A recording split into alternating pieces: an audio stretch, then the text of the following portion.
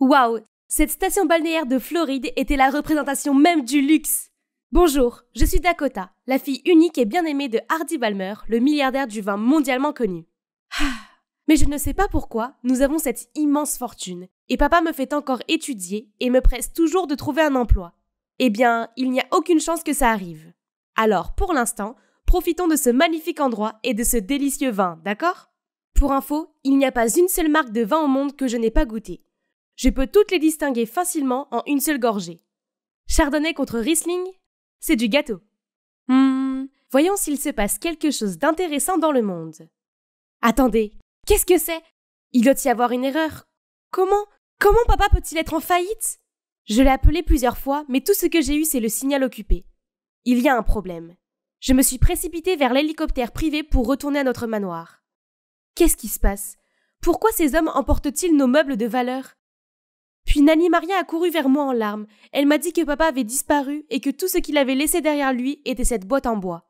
Je l'ai fouillée, mais je n'ai trouvé que quelques vieux carnets et un certificat de propriété pour une ferme viticole. Oh, bien. Papa est peut-être en faillite, mais au moins, j'avais toujours ce vignoble pour vivre. Allons vérifier mes biens nouvellement acquis alors. Cet endroit a l'air énorme. Je me demande combien d'argent ça rapporte par mois. J'ai regardé autour de moi, puis je suis entrée dans une énorme cave à vin. Curieuse, j'ai touché quelques tonneaux de vin quand soudain la voix de quelqu'un m'a interpellée. « Ne vous approchez pas des tonneaux. Qui êtes-vous » ? « Pff, je vous ferai savoir que je possède cet endroit, donc je fais ce que je veux. »« Vous avez perdu la tête ? Sortez, maintenant !» Il a soudain saisi mon poignet et m'a traîné dehors. J'ai furieusement crié et les gens ont commencé à se rassembler autour. « Écoutez-moi, je m'appelle Dakota, je suis la fille de Hardy Balmer, et à partir de maintenant, c'est moi qui commande ici. » Je leur ai montré le certificat de propriété comme preuve, mais ils n'avaient pas l'air de s'en soucier. Seul un vieil homme est venu me serrer la main. « Bienvenue, mademoiselle Balmer, je suis Jack, le compagnon de longue date de votre père. Entrez, mon fils James va vous faire visiter dans un instant. » Ok, finalement, quelqu'un a montré des bonnes manières. Oh, ça me manque de traîner avec mes amis. Je devrais être à la Fashion Week en ce moment, pas ici dans cette ferme minable. Debout la patate de canapé, tu as un vignoble à visiter. Ah, c'est encore ce gars impoli. Il fait trop chaud dehors maintenant. Pas question que j'y aille. Je l'ai donc repoussé et j'ai continué à regarder mon téléphone. James m'a alors jeté cette stupide carte du vignoble et est parti. Dieu merci, il m'a finalement laissé tranquille. Après une semaine de paresse et d'attention de la part de Nanny Maria, j'ai finalement eu envie de prendre l'air. Me souvenant de la carte que James m'avait donnée, j'ai décidé d'aller voir sur place. Premier arrêt, le vignoble. Wow, il est si grand. Mais pourquoi ont-ils laissé le sol si sec et craquant? Voyons voir, où est l'arroseur? Ah, voilà. Mais dès que je l'ai allumé, un fermier grincheux est arrivé en courant et l'a immédiatement éteint. « Eh mademoiselle, ce n'est pas votre jouet !» Quelle est cette attitude? Ce sont mes employés, mais ils ont le culot d'agir de façon aussi hautaine avec moi? La récolte est dans 2 semaines. Pour garder la douceur du raisin, personne ne l'arrose. Pourquoi ce James est partout? Je suis la fille d'un milliardaire du vin. Je n'avais pas besoin d'un sermon sur la façon de gérer ma ferme. Les jours suivants, je suis venue à la ferme pour arracher l'herbe, tailler et fertiliser les plantes. Mais je me faisais toujours jeter dehors. Ces horribles fermiers étaient si irrespectueux. Bien, je devais leur montrer qui était le vrai patron ici.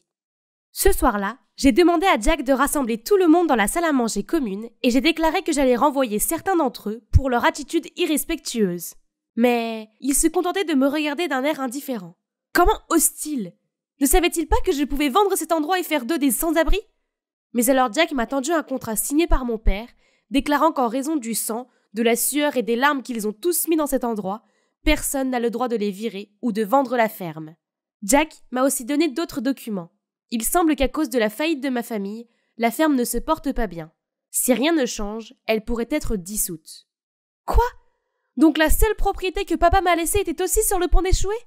Je leur ai crié dessus. Alors faites quelque chose pour régler ça maintenant! Soudain, tout le monde s'est levé de son siège et m'a regardé avec colère. La tête me tournait, j'étais paniquée et je me suis précipitée dehors. Je me suis assise seule, serrant dans mes bras la boîte en bois que papa m'avait laissée, déconcertée. J'ai feuilleté les cahiers et j'ai été surprise de trouver une lettre au fond de la boîte dans laquelle papa racontait comment, depuis le jour où maman est décédée, il avait mis tous ses efforts dans cette ferme et était devenu un entrepreneur prospère. J'avais l'habitude de croire que compenser mon temps de travail pour vous offrir une vie riche serait suffisant. En réalité, tout cela n'a fait que créer une plus grande distance entre nous. Ma chère Dakota, je suis tellement désolée. Mon seul espoir est que tu vois autant de beauté dans ce vignoble que moi. Si seulement papa était là maintenant, comment puis-je faire face à tous ces problèmes et défis à venir? J'éclate en sanglots. Il ne voulait pas faire de mal. La voix de James m'a fait sursauter. J'ai rapidement essuyé mes larmes. Il s'est assis à côté de moi et m'a offert un mouchoir imbibé de vin. Ce n'est pas une ferme quelconque pour ces gens. C'est aussi leur maison. Ne les accuse pas de ne pas essayer. Cette ferme signifie beaucoup plus pour eux que pour toi. J'étais juste... C'est le moment où nous devrions tous être solidaires. Ne laisse pas ton égoïsme menacer l'avenir de ce vignoble et de tous ceux qui y sont impliqués. Même si je détestais ces tripes, ce qu'ils disaient avait du sens. Peut-être que j'avais négligé mes responsabilités envers cet endroit. Si cette cave était la chose la plus précieuse pour mon père, alors je veux y remédier pour lui. James sourit doucement, posant sa main sur mon épaule. C'est réglé alors. Nous allons tous faire revivre cet endroit. Il est ensuite parti après m'avoir dit de me présenter à la cave à 5 heures du matin le lendemain. Le lendemain matin, lors d'une promenade, James m'a tout raconté sur le contrôle de la température et le brassage du vin. En grandissant, papa me transmettait toujours ses connaissances sur le vin à la table du dîner et je m'en souvenais. Il m'a même emmené à ses séances de dégustation de vin et c'est ainsi qu'il a découvert que j'étais dotée d'un grand sens de l'odorat et de papilles gustatives. Même James a été impressionné par mon talent et a déclaré que j'étais née pour travailler dans ce secteur après m'avoir fait goûter quelques échantillons. L'étape suivante du processus était bien plus difficile que je ne le pensais. Il m'a fallu une journée entière pour mémoriser toutes les différentes variétés de raisins et la façon de les trier. Mais j'ai quand même tout raté. Comment se fait-il qu'il y ait autant de stades de maturité? J'étais frustrée et sur le point de partir quand Karen, mon instructrice, m'a rappelé. « Tu dois y aller doucement. Le vin prend du temps et il faut être patient. » Ok, très bien, je vais essayer. Pendant que je triais, j'ai pu discuter avec les ouvriers et il s'est avéré qu'ils étaient plutôt sympathiques et m'ont même beaucoup aidé. Il est vrai que ces travailleurs considéraient vraiment cet endroit comme leur maison et qu'ils y tenaient. Cela faisait plus de 2 semaines et je récoltais la nouvelle récolte avec tout le monde. Grâce au conseil du carnet de papa, avec une pincée de ma propre créativité, James et moi étions en train de créer une nouvelle gamme de vins. J'étais convaincue que cela aiderait à relancer l'exploitation viticole. Je vérifiais des trucs dans la cave quand James s'est précipité avec un prospectus à la main. « Hey, Dakota, c'est notre chance !» Wow! Donc cette ville accueillait un festival du vin à venir. Si notre cave pouvait gagner quelque chose, nous pourrions obtenir beaucoup de commandes pour cette saison. Le lendemain matin, j'ai préparé tous les documents pour m'inscrire au concours du roi du vin. En attendant l'entretien, je me suis promenée dans la salle d'exposition et j'ai goûté les vins gagnants précédents.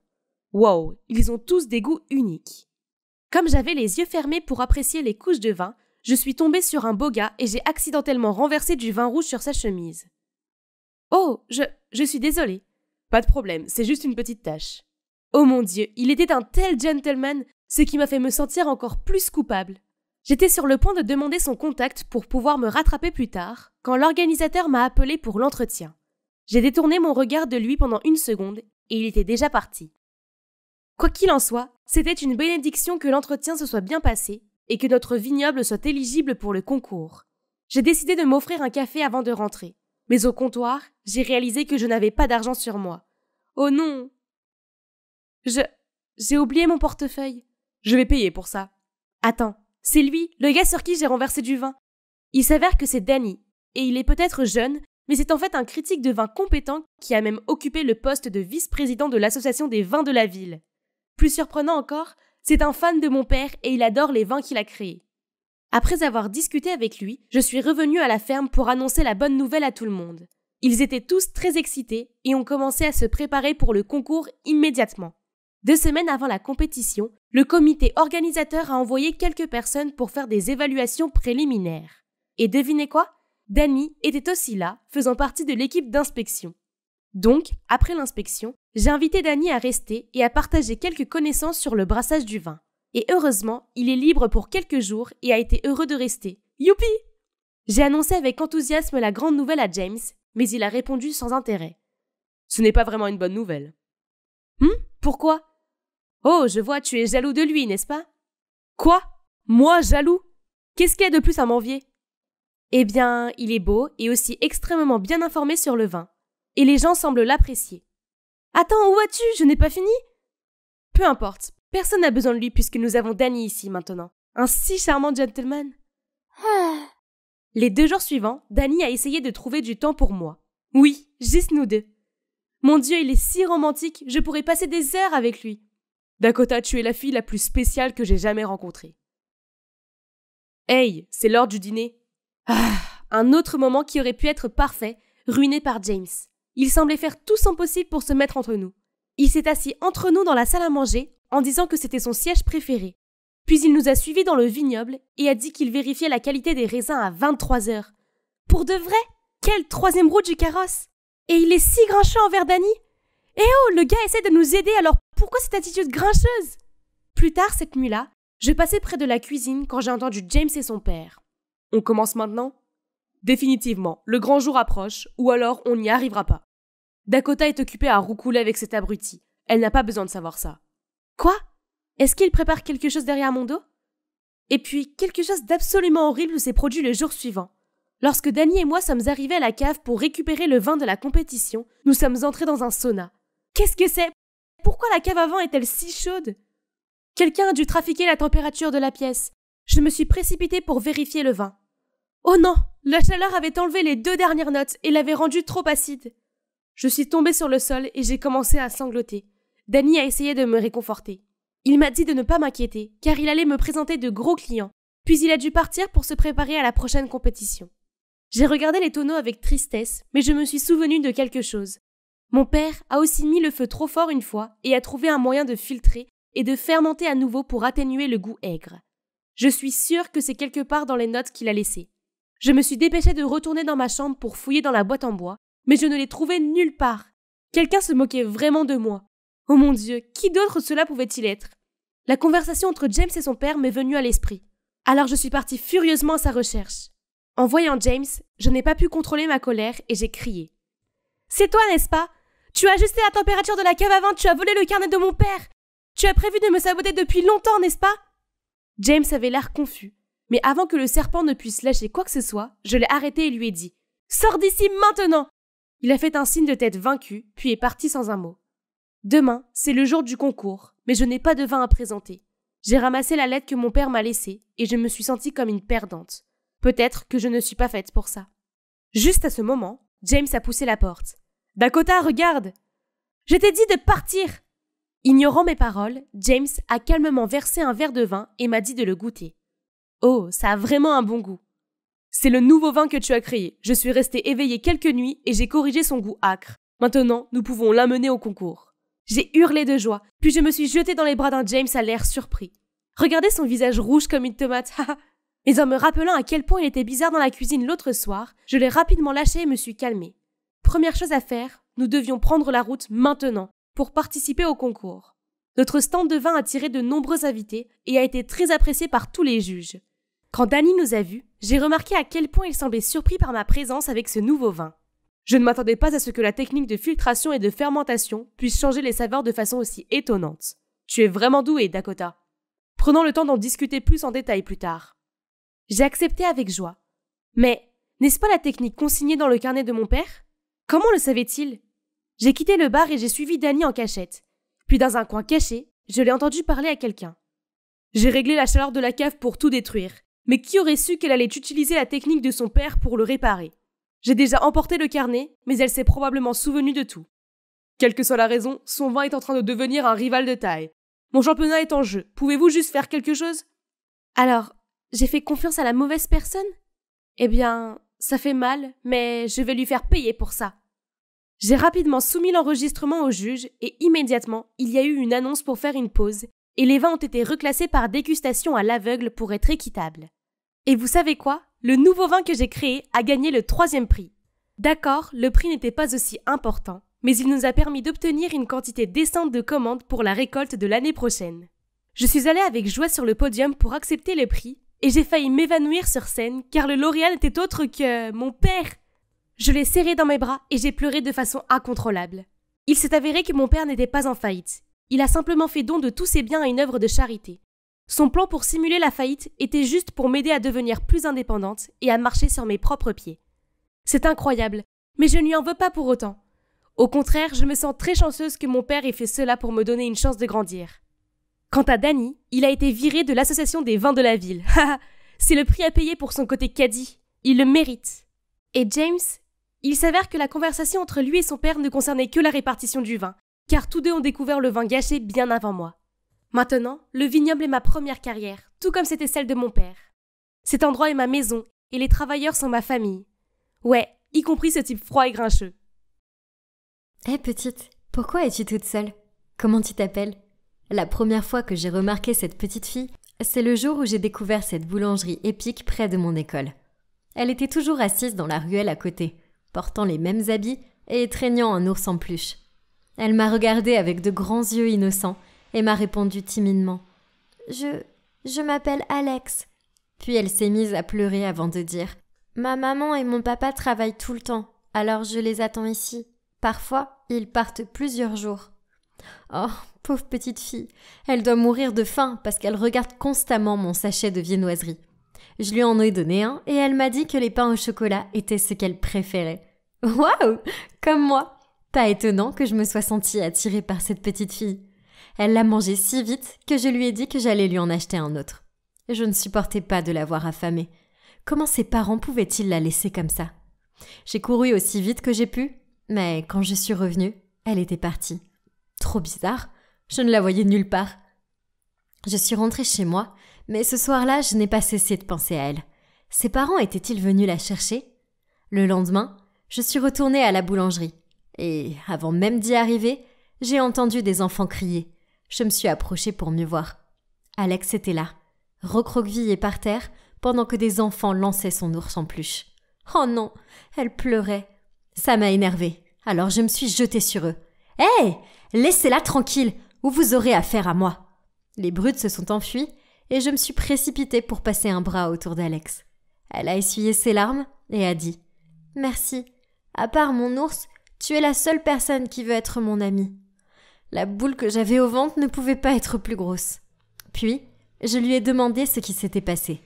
Elle m'a raconté comment elle avait fait l'école buissonnière parce qu'elle était victime d'intimidation à cause de ses vieux habits odorants. Même sa maîtresse était méchante avec elle. Elle disait « Oh la vache, mon cœur ! Je ne pouvais pas le supporter. » Alors, je lui ai tendu la main. « Alex, je ne peux pas te laisser ici. J'ai toujours voulu avoir une petite sœur. Qu'est-ce que tu en dis? Je promets que je te protégerai. » Elle m'a serré la main, ce que j'ai pris pour un oui. Puis on s'est levé et elle m'a demandé si elle pouvait me montrer quelque chose. C'était une aire de jeu. Dès que je l'ai vue, j'ai ressenti quelque chose au fond de moi. J'avais l'impression de connaître cet endroit. On a joué à la cage à écureuils, puis on a fait de la balançoire. Il y avait même un grand toboggan qui était super cool. On a joué pendant des heures. C'était comme si j'étais revenue en enfance. Enfin, si seulement je pouvais me souvenir de mon enfance. De ce que je sais, quand j'avais 8 ans, j'ai eu un gros accident. J'ai subi un traumatisme cérébral et toute ma mémoire s'est envolée. Depuis, j'ai suivi des thérapies et pris des médicaments. Mais c'est étrange d'être incapable de se rappeler de quoi que ce soit de ma vie d'avant. J'essaie de me concentrer sur le présent et je sais que j'ai de la chance d'être encore en vie. Cependant, parfois les migraines de l'accident deviennent vraiment insupportables. Et c'est exactement ce qui s'est passé quand on était sur les balançoires. Je regardais le ciel en rigolant et la minute d'après, je me suis sentie glisser de la balançoire et atterrir par terre. La dernière chose dont je me souviens, c'est de voir Alex courir dans ma direction. Quand j'ai rouvert les yeux, j'étais dans un lit d'hôpital et mes parents me serraient les mains. Ces derniers temps, mes migraines devenaient plus fréquentes et ça inquiétait mon père et ma mère. Ma première pensée a été « Où est Alex ?» J'ai demandé à mes parents s'ils avaient vu une petite fille de 8 ans, mais ils ont eu l'air confus. J'ai compris qu'elle avait probablement pris peur et s'était enfuie. Elle ne quittait pas mes pensées pourtant. Alors dès que je suis sortie de l'hôpital quelques jours plus tard, j'ai commencé à la chercher. Mais elle n'était nulle part.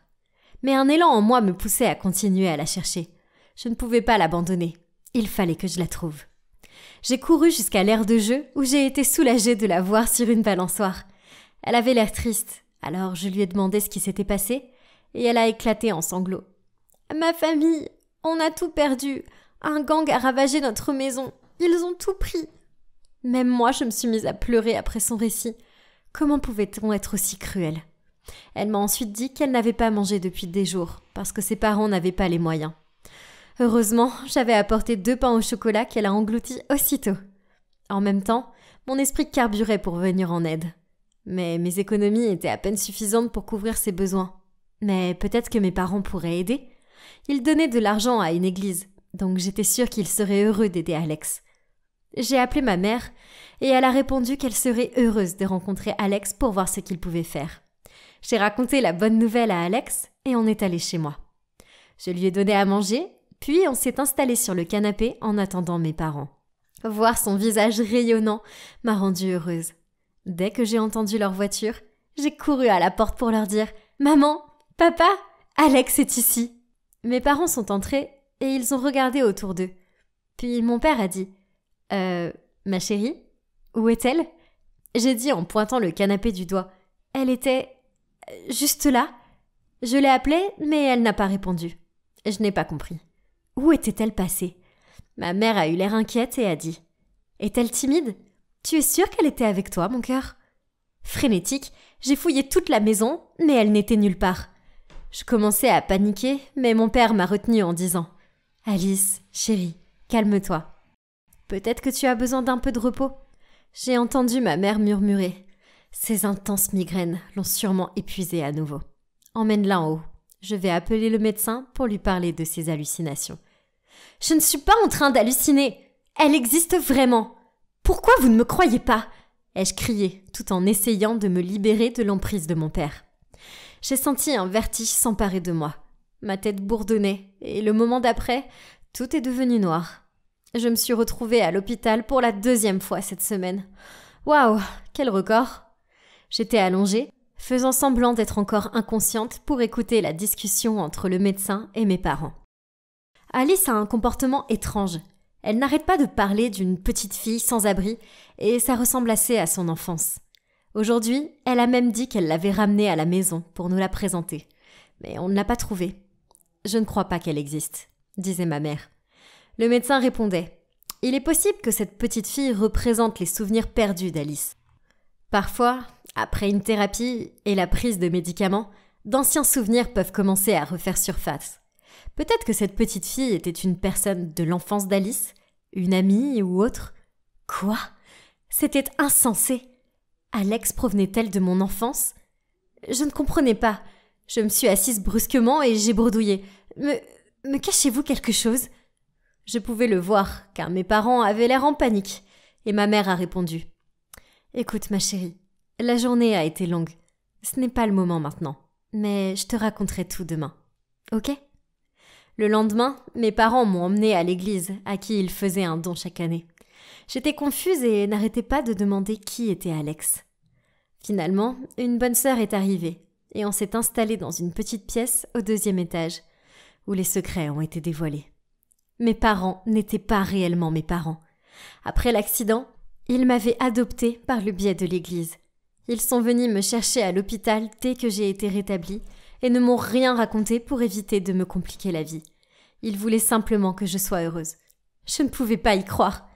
La religieuse m'a demandé de lui expliquer ce qui se passait derrière moi, et je lui ai parlé d'Alex. Dès que j'ai dit son nom, elle a eu l'air choquée, et elle a sorti un album de photos. Elle m'a montré une photo de 2 sœurs jumelles, et a dit « C'est toi, Alice, avec l'ours en peluche, et voici ta sœur jumelle. Elle s'appelle Alex. » Tout à coup, la pièce s'est mise à tourner. C'était trop pour moi. J'avais une sœur jumelle. Avant d'avoir eu le temps de prononcer quoi que ce soit, la bonne sœur m'a prise par la main et m'a conduite vers une grande fenêtre près des escaliers. À travers ces paroles, tous mes souvenirs ont refait surface. Mes parents biologiques nous avaient laissés, moi et Alex, dans cette église parce qu'ils n'avaient pas les moyens de nous élever. Aucune famille ne voulait nous adopter ensemble. Alors la religieuse nous avait dit qu'on allait être séparés. C'était la nouvelle la plus douloureuse qu'on nous ait jamais dite. Alors nous avons décidé de nous échapper ensemble. J'ai confié à Alex mon ours en peluche pour pouvoir sortir par la fenêtre en première. Mais malheureusement, j'ai glissé et suis tombée d'une hauteur dont je ne peux m'avérer heureuse d'avoir survécu. C'est ce qui a effacé tous mes souvenirs. J'ai regardé par la fenêtre tandis que la bonne sœur me racontait tout ça. C'était de la folie. Combien de secrets m'avait-on caché tout ce temps ? Alors, où se trouve Alex maintenant ? ai-je demandé, des larmes roulant sur mes joues. Alex avait été adopté par une autre famille, mais les religieuses avaient perdu le contact, car ils avaient déménagé à l'étranger. J'avais l'impression de manquer d'air. Il fallait que je retrouve ma sœur. Mais comment faire sans aucune information ? J'ai commencé à chercher sur les réseaux sociaux comme une folle, mais rien n'est venu. Je ne pouvais pas perdre espoir pour autant. J'ai mis à jour mon voyage pour trouver Alex, tous les jours sur un blog personnel. Et pas une nuit, je ne me suis endormie sans penser à elle, et sans me demander comment elle allait. Heureusement, les internautes ont manifesté beaucoup d'intérêt et de soutien pour mon histoire.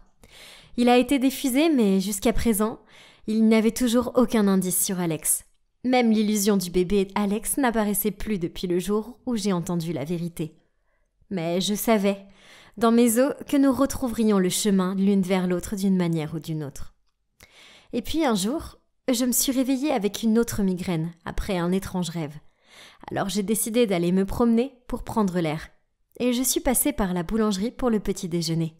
J'ai regardé dans la ruelle et me suis vue déambuler avec un ours en peluche dans la main, l'air perdu. On dirait bien que j'avais perdu la boule, hein. Eh bien non, parce que c'était Alex.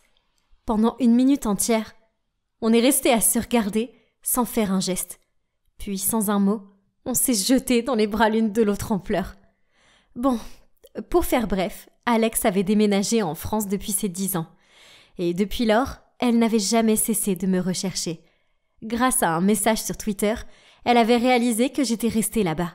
Alors, elle a postulé pour étudier en Amérique afin de me retrouver. Et voilà, elle était là, juste devant moi. Les mots ne peuvent pas exprimer combien ça semble toujours irréel de la voir à chaque fois. Oh, ne vous inquiétez pas. Tout le monde, y compris mes parents, ont confirmé qu'elle existait vraiment, qu'elle n'était pas le fruit de mon imagination. Ah, Dieu merci. Je ne peux pas croire les montagnes russes par lesquelles je suis passée ces derniers mois. À partir de là, nous sommes devenus inséparables. Et maintenant, on envisage d'emménager ensemble. Il ne nous reste plus qu'à trouver nos parents biologiques. Alex se souvient clairement d'eux. Alors, elle me raconte tous les détails des 8 premières années de notre existence passées ensemble. Alors, souhaitez-nous bonne chance. Yes! Coup de tête! Va pleurer chez ta maman! Ah! Vous vous demandez probablement qui est ce pro du jeu vidéo. Eh bien, c'est moi. Oui, il est 3h du matin et j'ai joué pendant 9 heures d'affilée. Mais le temps passe si vite quand je joue. Au fait, je m'appelle Axel et je vis avec ma femme Théa et notre petite fille Yasmine. Je voulais l'appeler Zelda, mais ma femme a refusé. J'adore les jeux et j'ai toujours cru qu'ils seraient là pour me sauver. Mais au lieu de cela, ils ont failli me coûter tout ce que j'aime. Cela a commencé quand j'étais petit. Mes parents se disputaient souvent, alors je me réfugiais dans ma chambre, j'allumais ma Nintendo DS et je m'évadais dans un monde virtuel. Cette passion pour les jeux s'est poursuivie en grandissant. Je ne socialisais pas, je rentrais vite de l'école et j'allais directement sur ma Xbox, ma PlayStation ou mon PC. Je n'avais pas de vrais amis, non. Les seuls enfants à qui je parlais étaient ceux avec qui je jouais. Ensuite, j'ai obtenu mon diplôme universitaire et j'ai fini par trouver un emploi d'ingénieur système dans une grande entreprise de technologie. C'était épuisant. Quand je rentrais chez moi, j'étais tellement fatigué que je pouvais à peine garder les yeux ouverts sans parler des jeux. J'ai donc rangé mon matériel de jeu au sous-sol. Mais tout a changé quand j'ai rencontré par hasard Théa dans un café du coin. Waouh, c'était la plus belle fille que j'ai jamais vue. Je suppose qu'elle a dû voir quelque chose qui lui plaisait chez ce bouffon. Car après 6 mois de relation, nous nous sommes mariés. Je sais, c'est fou, hein. Peu après, elle est tombée enceinte. J'étais content, mais aussi terrifié. Comment c'est arrivé? Je veux dire, je sais comment c'est arrivé, mais waouh, moi, un père? Puis, quand Yasmine est née, ma vie a été complètement chamboulée. Vous voyez, les bébés causent beaucoup de stress. Saviez-vous que le moyen le plus rapide d'attirer l'attention d'un enfant est de s'asseoir et d'avoir l'air à l'aise? Parce qu'à chaque fois que je faisais ça, elle se mettait à pleurer. Le travail était nul et ma vie de famille l'était aussi. Il n'y avait pas d'échappatoire. J'avais l'impression que j'allais exploser.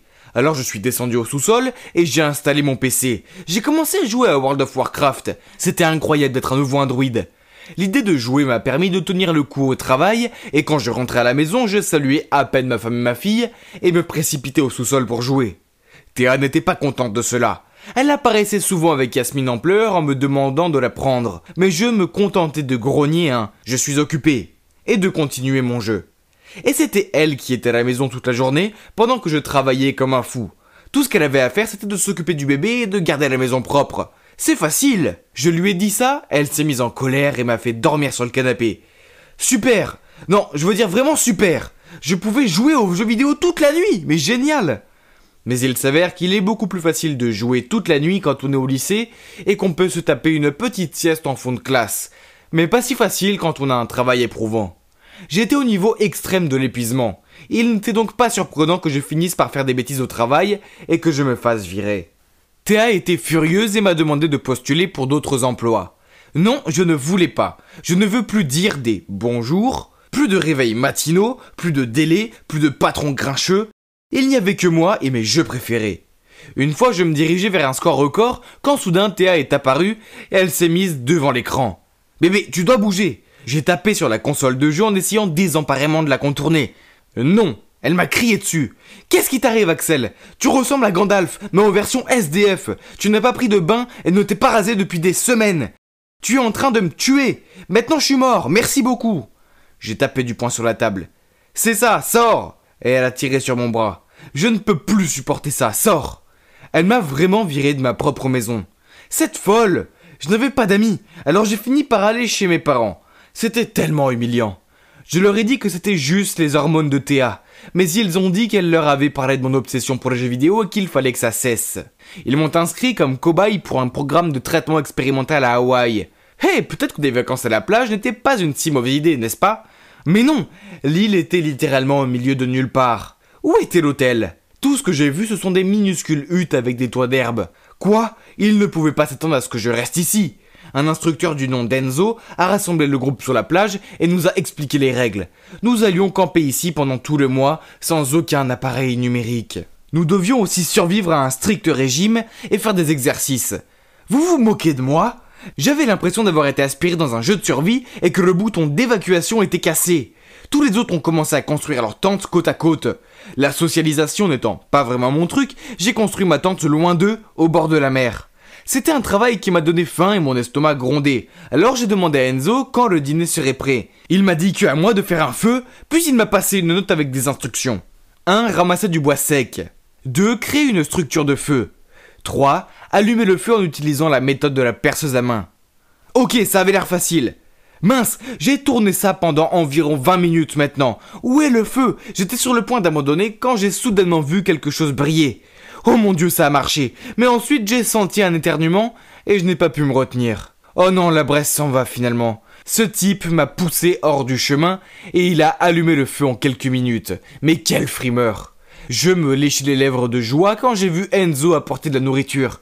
Mais il m'a passé une assiette de légumes de façon décevante. Quoi ? J'ai crié. Où est ce putain de poulet ? Enzo a montré du doigt le truc blanc dans mon assiette. C'est du blanc de poulet.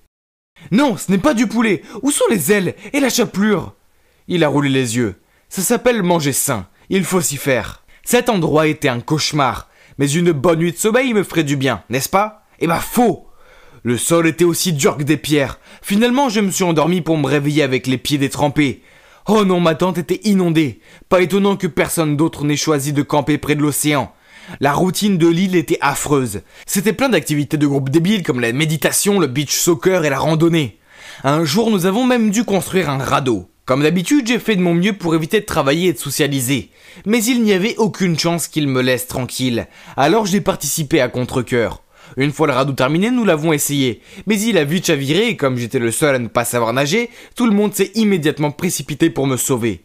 J'ai été très touché et j'ai eu honte d'avoir été si égocentrique. Après cela, j'ai essayé de me mettre en avant et d'être plus sociable. Et je ne vais pas mentir, ce n'était pas trop mal. Ensuite, nous avons passé nos soirées à nous asseoir autour du feu de camp et à écouter les autres parler de leurs problèmes. Mon tour était facile pour moi, car je n'avais aucun problème. Le problème était ma femme, pas moi. Elle ne comprenait pas que j'avais beaucoup de pression au travail et à la maison. Alors jouer aux jeux vidéo était mon seul échappatoire. Tout le monde m'a fait des reproches et m'a regardé fixement. Puis un gars, nommé Samuel, a dit « Ce n'est pas cool, mon frère. » Pour être honnête, j'étais pareil. J'étais accro au sport et je refusais d'aider ma femme. Nous avons donc échangé nos places et j'ai appris combien elle était difficile de s'occuper des enfants et de la maison. Je savais que je devais changer avant de perdre ma famille pour toujours. C'est pourquoi j'ai rejoint le programme. Pauvre gars. Mais ce n'était pas la même chose pour moi, n'est-ce pas ? Je ne sais pas. Peut-être que j'ai été un peu injuste avec Théa. Je pensais à ça en retournant à ma tante quand une fille nommée Mathilde m'a rattrapé. Elle a posé ma main sur mon épaule et a secoué ses cheveux. Était-elle en train de me draguer? J'ai agité mon ado de mariage devant elle, mais elle a juste haussé les épaules et dit « Je ne vois pas ta femme ici. Viens me voir quand tu auras changé d'avis. » Puis elle est partie. Bon sang, cette fille était folle, un peu sexy, mais quand même folle. Le lendemain, j'ai dézippé ma tente, prêt pour un autre jour dans ce cauchemar. Mais qu'est-ce que c'était, hein? C'était plutôt beau ici. C'était comme si je la voyais pour la première fois. Le sable étincelant, les palmiers qui se balançaient, les plantes tropicales luxuriantes et le soleil lumineux. Théa et Yasmine adoraient être ici. J'espérais qu'elles me pardonneraient toutes les deux. Elles me manquaient tellement. À la fin du mois, je n'avais plus aucune envie de rentrer à la maison et de jouer à des jeux, mais plutôt de serrer ma famille dans mes bras et de ne jamais la laisser partir. La veille de notre départ, Enzo nous a récompensés par un appel téléphonique d'1 minute. Même si je voulais entendre la voix de Théa, j'étais un peu nerveux. J'espérais qu'elle n'était plus en colère contre moi. Le téléphone a commencé à sonner, mais un type a décroché. J'ai demandé où était Théa, mais il a dit qu'elle était sous la douche. Puis la ligne s'est coupée. Ma minute était écoulée. Mais qui était ce type? Avait-elle une liaison? On était toujours mariés, et nous avons un enfant ensemble. Furieux, j'ai couru dans la tente de Mathilde, voulant me venger de ma femme infidèle. Mathilde s'est approchée de moi et était sur le point de m'embrasser, mais je n'ai pas pu le faire. Alors je me suis esquivé, j'ai marmonné un désolé, et je me suis dépêché de partir. Le lendemain, j'ai finalement quitté l'île et je suis rentré directement chez moi pour confronter Théa. J'ai ouvert la porte pour voir un homme debout tenant ma petite Yasmine. Comment ose-t-il? J'ai crié « Éloignez-vous de ma fille !» Soudain, Théa est apparue. « Axel, arrête, c'est Paul !» J'ai réfléchi un moment. « Oh, attendez, c'était Paul, son demi-frère ?» Oups! Je ne l'avais jamais rencontré avant car il vivait à l'étranger.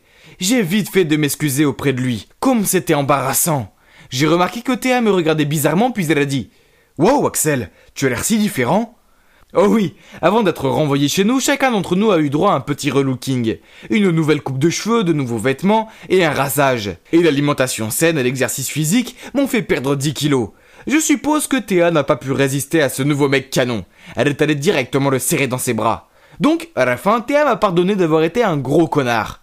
Maintenant, j'ai un nouveau travail. C'est assez ennuyeux, mais j'aime rentrer à la maison et passer du temps avec ma famille. Quant aux jeux, je les pratique toujours, mais avec modération. Seulement les mardis et les jeudis. Mais je m'assure de les éteindre avant 22h.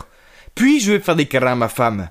Le monde des jeux est formidable. Mais j'ai appris qu'il y a quelque chose d'encore mieux dans la vie. C'est de créer des souvenirs dans le monde réel avec mes filles. Tout ce que nous pouvons faire maintenant, c'est prier, a dit le médecin en quittant la pièce. J'ai regardé Thomas allongé sur le lit d'hôpital, entouré de matériel médical, et j'ai senti mon cœur s'effondrer.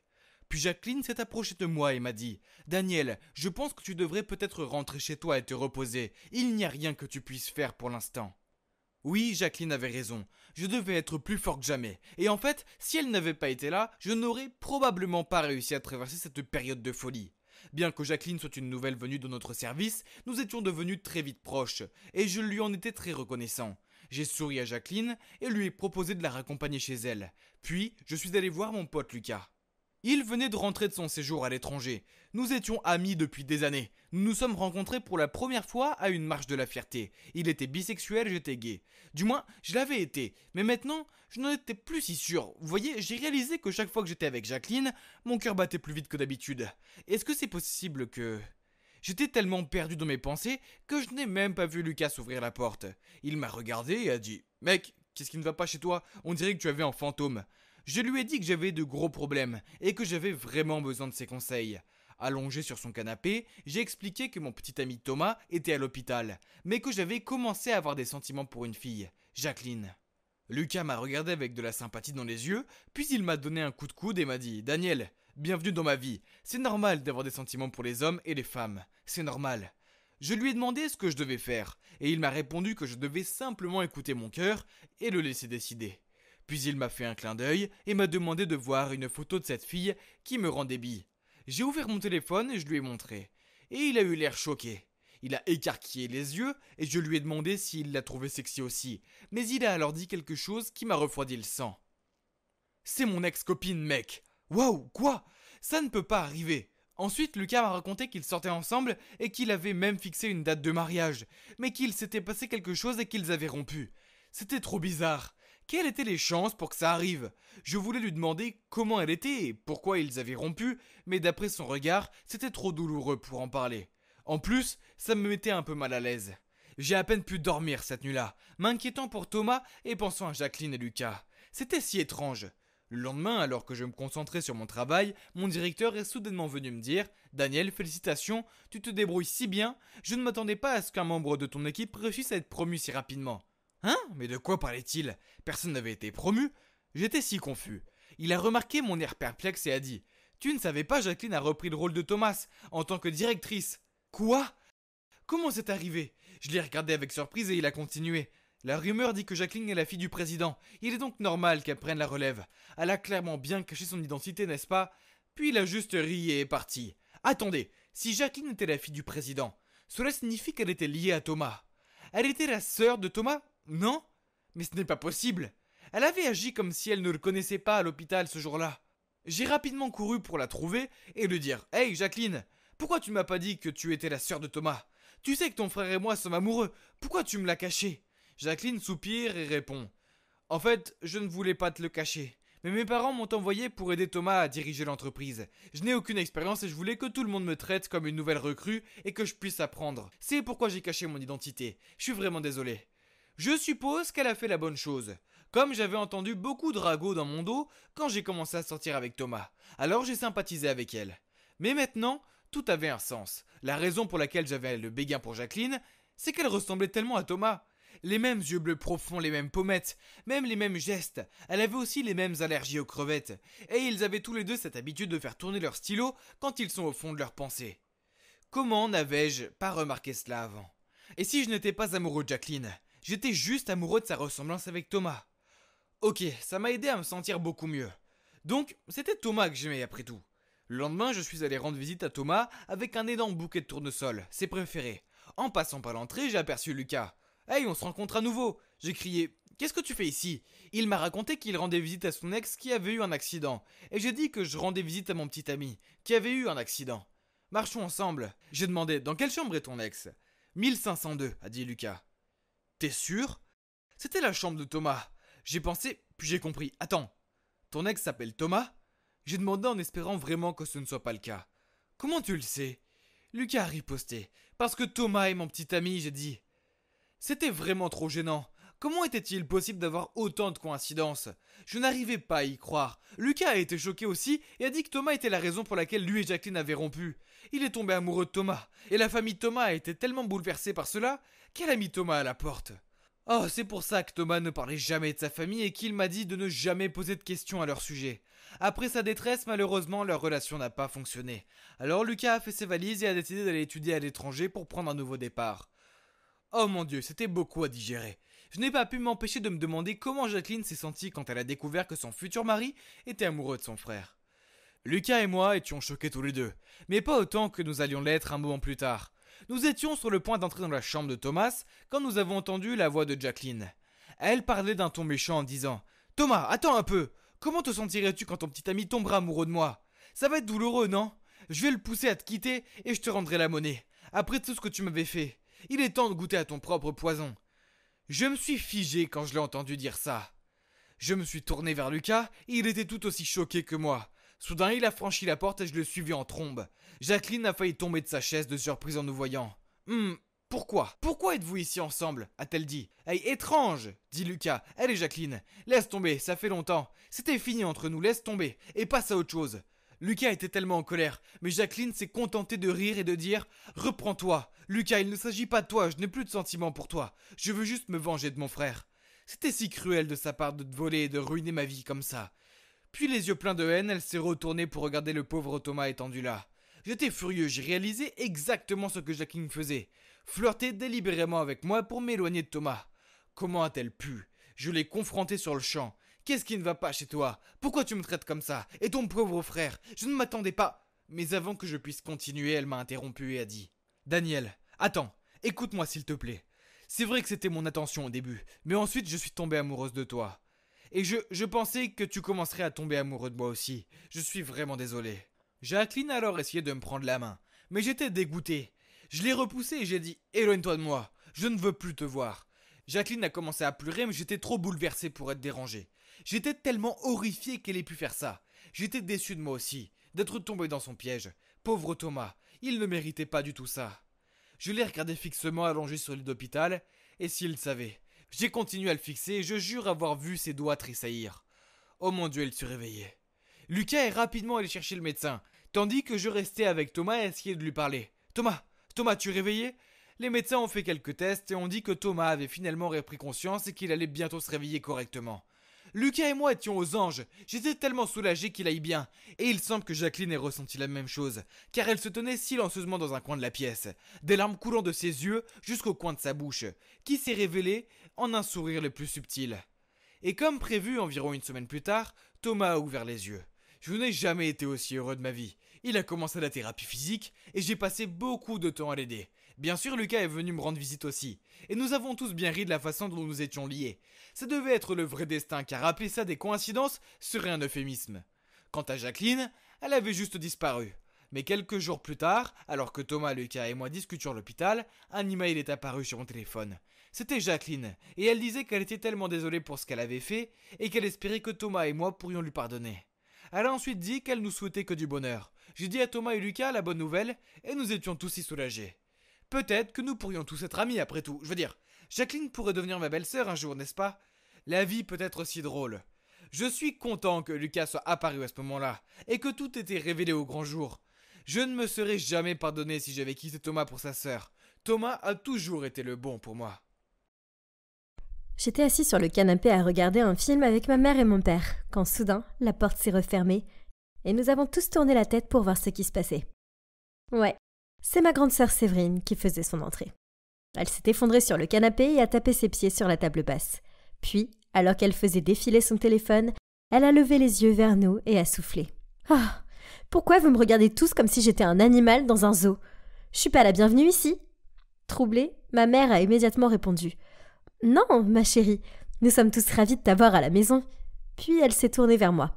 « Anna, ma chérie, va chercher une boisson pour ta sœur. » Je me suis levée d'un bond et j'ai fait ce que maman m'a demandé. Je sais ce que vous pensez. Pourquoi tout le monde laisse Séverine, la petite demoiselle grossière, s'en tirer ? Vous voyez, après une grosse dispute avec maman, elle a quitté la maison à 18 ans et n'est pas revenue pendant 7 années entières. Maman semblait si heureuse qu'elle soit de retour, alors j'ai décidé d'ignorer l'attitude de Séverine et de la laisser faire. Cet après-midi-là, maman m'a demandé de l'accompagner à l'épicerie pour que nous puissions acheter à Séverine ses aliments préférés en guise de bienvenue. Puis, nous avons passé des heures à préparer ce délicieux repas. Je me suis précipitée vers la chambre de Séverine et j'ai frappé à la porte. « Séverine, le dîner est prêt !» Elle m'a répondu en criant « Va-t'en !»« Mais c'est des hamburgers et on a un dessert spécial !» Ai-je répondu. « Pfff, je déteste les hamburgers. Il est hors de question que je mange un dessert plein de sucre. » Je suis descendue et j'ai dit à maman qu'elle ne venait pas. Maman a haussé les épaules et a essayé de faire comme si ce n'était pas grave. Mais je pouvais voir la tristesse dans ses yeux. Papa a tenté de la rassurer en disant « Elle a juste besoin de temps pour s'installer. »« Oui, elle est probablement juste fatiguée. » J'ai ajouté. Maman a forcé un sourire et nous a remerciés tous les deux. Puis elle a préparé une assiette de nourriture et m'a demandé de la porter à Séverine. J'ai frappé à sa porte et je lui ai dit que la nourriture était dehors. Elle m'a répondu en criant « Prends-la !» J'en veux pas. Je l'ai laissée à l'extérieur de sa chambre, mais plus tard, quand maman est montée se coucher, elle a vu l'assiette de nourriture intacte toujours là. Elle l'a ramassée en descendant les escaliers et a fait comme si ce n'était pas grave. Elle ne me bernait pas. Je pouvais voir qu'elle grinçait des dents pour arrêter ses larmes. Quand j'étais petite, je considérais ma grande sœur comme belle et courageuse. C'était une idole. J'aimais la façon dont elle portait des couleurs vives, la façon cool dont elle se coiffait, et son caractère insouciant. Le problème, c'est qu'elle ne semblait pas m'aimer. Elle ne faisait que de me traiter de morveuse, me claquer la porte de sa chambre au nez et me dire de rester loin d'elle. 7 ans plus tard, je pensais que les choses seraient différentes. Elle n'était plus une adolescente, elle était une adulte. Mais non, il semblait clair que Séverine me détestait encore plus que jamais. Je ne sais pas pourquoi. Ne me considérait-elle pas comme une vraie sœur parce qu'on avait des pères différents ? Vous voyez, mon père n'est pas le sien, car son père est parti quand elle était petite. Puis maman a rencontré mon père et m'a eu. Je ne sais pas, je n'arrive pas à comprendre pourquoi elle me déteste toujours autant. Au fil des semaines, Séverine n'a pas semblé s'installer du tout. Au contraire, son comportement a empiré.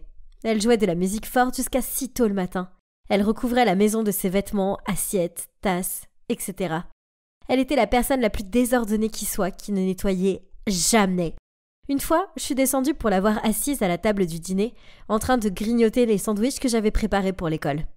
Puis, quand je lui ai dit poliment, elle a ronflé et a dit « Ils sont dégueulasses de toute façon. Alors, je te fais une faveur. » Ensuite, elle a pris la voiture de maman sans lui demander, ce qui a obligé maman à prendre le bus pour aller au travail et elle est arrivée en retard. Quand maman lui en a parlé, Séverine a juste souri, lui a jeté ses clés de voiture et a dit « Tu n'as plus d'essence » et est partie. Maman a essayé de rester calme et s'est distraite en rangeant la maison.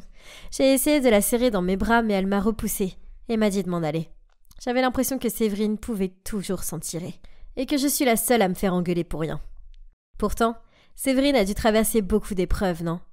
Peut-être qu'elle avait juste besoin de temps pour reconnecter avec maman et la paix serait restaurée dans notre maison.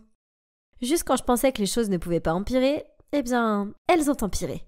Je lisais dans le salon quand j'ai entendu des voix venant de l'extérieur. Je suis allée voir et j'ai vu papa et maman parler à notre nouveau voisin. Ils avaient l'air amicaux. Puis Séverine est apparue et a dit en souriant « Faire connaissance avec le voisin, c'est ça, maman ?» Maman s'est empressée de dire « Séverine, voici Thomas, mon ancien camarade de classe et notre nouveau voisin. Le monde n'est pas si petit. Donc, tu as le même âge que maman. Waouh, t'en as pas l'air. Attends, tu n'as pas dit que tu avais le béguin pour un certain Thomas ? Je vois pourquoi. C'est juste dommage que tu te sois précipité pour te remarier, n'est-ce pas ? Maman et Thomas se sont lancés des regards gênés, tandis que papa serrait les dents. Oh, il n'avait pas l'air heureux. Ravi de te revoir, Thomas, a marmonné maman avant de tirer papa et Séverine à l'intérieur. Derrière les portes fermées, elle a froncé les sourcils à Séverine. Mais elle a juste haussé les épaules et est partie. Ça a dû trotter dans la tête de papa. Parce que ce soir-là, je l'ai entendu interroger maman. « Pourquoi tu ne m'as jamais parlé de ce Thomas avant ?»« Chérie, c'était juste un petit coup de cœur quand j'étais adolescente. T'as bien compris ?»« Oui, bien sûr. » Papa s'est gratté la tête. Maintenant, j'étais coincée au milieu de toute cette tension. Et c'était Séverine qui remuait encore le couteau dans la plaie. Puis quelques jours plus tard, papa est rentré du travail et a immédiatement commencé à paniquer. La banque a appelé. Apparemment, j'ai dépensé une énorme somme d'argent dans un magasin de montres. C'était toi ? Maman a secoué la tête. Je ne savais rien non plus. Puis Séverine a pris la parole. En parlant d'acheter des trucs, je dois trouver quelque chose pour l'anniversaire de Thomas. Je veux dire, il nous a tous invités, alors ce serait impoli de ne pas le faire. Oh, je sais que maman n'avait pas encore dit à papa que Thomas avait invité toute la famille à sa fête. Papa a jeté un regard sceptique à maman et a grogné. Oh, je vois. Tu as utilisé mon argent pour acheter à ton amour de lycée une montre hors de prix ? Écoute toi-même. Tu es ridicule. Je vais pas rester là et t'écouter m'accuser comme ça. Puis maman est partie en trombe. Je voulais vraiment leur dire que ce matin j'avais vu Séverine s'attarder dans leur chambre, l'air suspicieuse, mais comment pouvais-je aborder ce sujet quand l'atmosphère était si intense ? J'ai décidé que je devais affronter la source du problème. Séverine. Quand il n'y avait que nous deux, je lui ai dit « Je sais que c'était toi.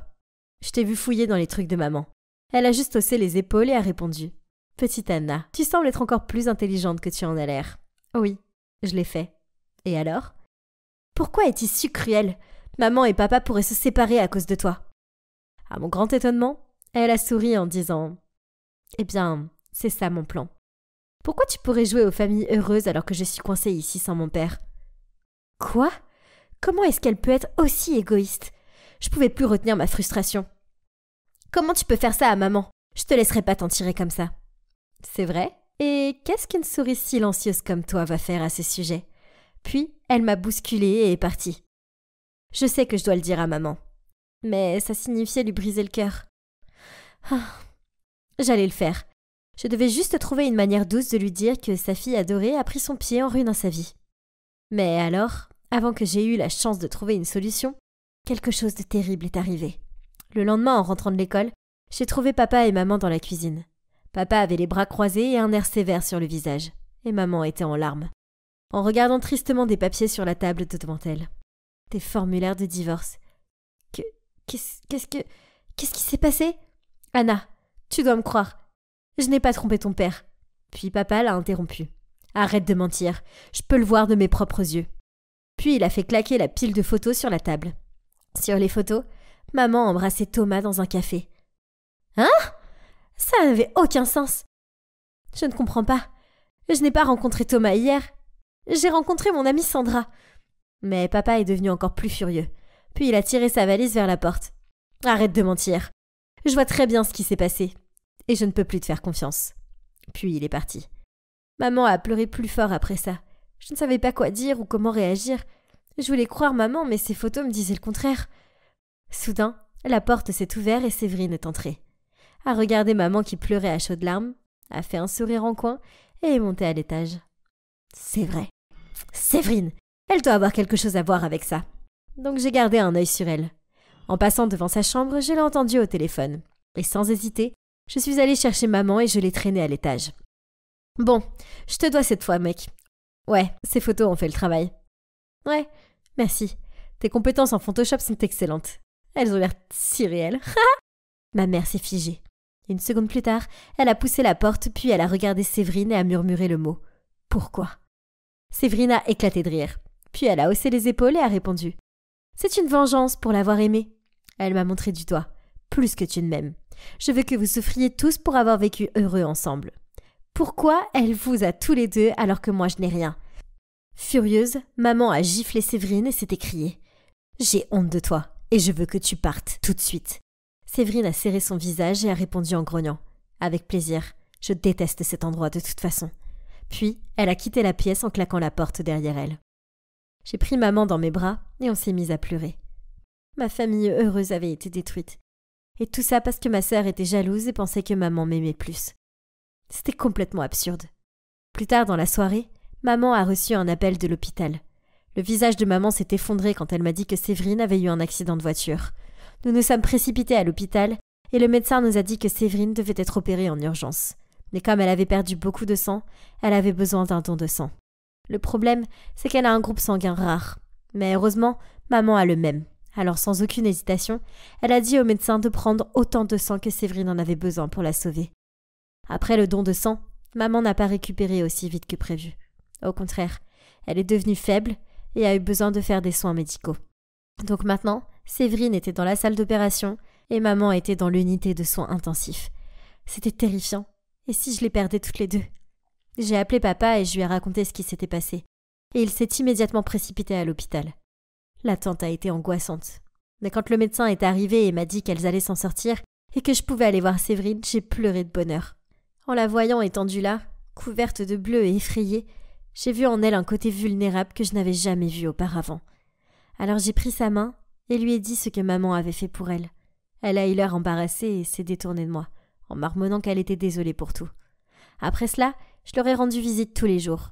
Papa est aussi venu à l'hôpital pour voir si elles allaient bien. Mais il a attendu en dehors de la chambre de maman, car il savait qu'elle était toujours en colère contre lui. Finalement, maman est rentrée à la maison, puis une semaine plus tard, Séverine est également sortie de l'hôpital. Nous sommes allés la chercher, et même si maman et elle ne parlaient plus, je pouvais sentir la chaleur entre elles. Ce soir-là, alors que nous avions un dîner agréable, Séverine a toussé pour s'éclaircir la voix, puis a dit « J'ai quelque chose à vous dire. Je sais que j'ai été une vraie garce, et je suis désolée. Maman, je pensais que tu ne m'aimais pas parce que j'étais un rappel de ta vie précédente, et que je ruinais ta nouvelle famille heureuse. Mais maintenant je réalise à quel point le lien mère-fille est sacré. Tu ne m'as jamais laissé tomber. C'est moi qui l'ai fait. Anna, je suis désolée de ne pas avoir été la grande sœur que j'aurais dû être pour toi. J'étais jalouse de toi. J'avais tort d'être comme ça. J'espère que vous pourrez me pardonner. Papa s'est aussi excusé auprès de maman pour l'avoir mal comprise. Nous étions tous en train de pleurer, puis nous nous sommes tous serrés. Nous n'avions pas besoin de dire quoi que ce soit. Nos actions étaient suffisantes. On était une famille et on s'aimait. Les familles ne sont pas toujours simples, mais une famille reste une famille, dans les bons comme dans les mauvais moments. Et elle en vaut toujours la peine, même si elle peut être complètement agaçante de temps en temps. Croyez-moi, je sais tout maintenant. J'étais à l'extérieur de l'université en train de discuter avec mes amis, quand soudain une voiture de police s'est arrêtée et par la fenêtre de la voiture, un bel officier de police m'a fait signe et m'a dit de me dépêcher. Je lui ai fait signe avec enthousiasme et j'ai dit au revoir à mes amis et je me suis précipitée vers lui, sous leurs yeux admiratifs. Je suis Emma et le beau policier, c'est Sébastien, mon incroyable et courageux petit ami. Nous nous sommes rencontrés pour la première fois à la bibliothèque de la ville. J'y étais pour mes études et il cherchait des livres policiers. On a commencé à sortir ensemble et maintenant, 1 an plus tard, on est follement amoureux. Il y a tellement de choses que j'aime dans le fait de sortir avec un flic, comme le fait de le voir dans son uniforme. Ça me rend toujours fière. Et je vais pas mentir, il a des abdos d'acier grâce à toutes ses séances d'entraînement. Et ça, j'adore. De plus, il y a des habitudes étranges et adorables. Par exemple, lorsque nous allons au restaurant ou au théâtre, il commence toujours par scanner les lieux pour vérifier s'ils sont sûrs. Mais même si c'est agréable d'être avec lui, il y a quelques points négatifs, comme ses horaires de travail imprévisibles, le jour, la nuit, les week-ends, tout ce que vous voulez, il le fait. Et quand on arrive enfin à planifier quelque chose, il reçoit parfois un appel d'urgence et doit me laisser tomber. C'était nul, surtout quand il s'agissait du mariage de ma sœur. Mais sans aucun doute, la chose la plus ennuyeuse de toutes est sa popularité auprès des autres filles. Elles sont comme des papillons de nuit autour de lui, surtout sa collègue, Chloé. Une fois, Sébastien a emmené son collègue Brad alors que j'étais en train d'étudier. J'ai entendu la remarque de Brad « Sébastien, je n'ai jamais pensé que tu finirais avec un rat de bibliothèque. Je pensais que tu finirais avec Chloé. Tout le monde peut voir que vous avez une forte connexion tous les deux. » Sébastien a essayé de rire et de dire que c'était absurde, mais la jalousie est montée en moi. Au moment où Brad est parti, j'étais vraiment bouleversée. Alors, j'ai emballé mes livres et je suis partie. Il m'a arrêtée et m'a demandé ce qui n'allait pas. Faisant de mon mieux pour ne pas pleurer, j'ai lâché. « Pourquoi tu n'es pas avec Chloé ? Tu passes tout ton temps avec elle. » Il a secoué la tête, a souri, puis a dit « Ignore Brad, c'est un plaisantin. » Et oui, je passe du temps avec Chloé, je travaille avec elle, mais c'est toi que j'aime, et tout le monde le sait. En fait, pourquoi tu n'emménages pas avec moi ? Comme ça, on pourrait passer plus de temps ensemble. Ma tristesse a vite été remplacée par le bonheur et j'ai sauté dans ses bras en criant « Vraiment ? Ah oui, bien sûr !» J'étais tellement contente. J'ai emménagé quelques semaines plus tard. Et au début, vivre avec Sébastien était la meilleure chose qui soit. Mais au fil du temps, il y a eu des petites choses qui ont commencé à me tracasser. Par exemple, un jour, je discutais avec le nouveau voisin lorsque Sébastien est arrivé à la maison et a exigé d'une voix glaciale que je rentre à l'intérieur. Puis, il m'a dit sévèrement de ne jamais parler aux inconnus. Mais voyons, je suis une fille naturellement bavarde et amicale qui aime parler aux gens et se faire de nouveaux amis. Je ne sais pas, je suppose que j'ai réagi de façon excessive. Je veux dire, il ne faisait que veiller sur moi, n'est-ce pas ?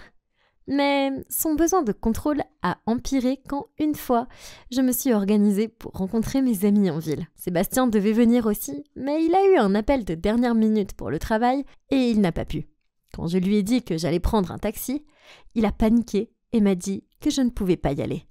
Après que je me sois énervée, il a accepté à contre-cœur de me laisser y aller. Il a appelé une compagnie de taxi réputée pour venir me chercher, puis m'a dit que je devais être de retour pour 22h. Mais après quelques verres, j'ai perdu toute notion du temps. Je m'amusais trop.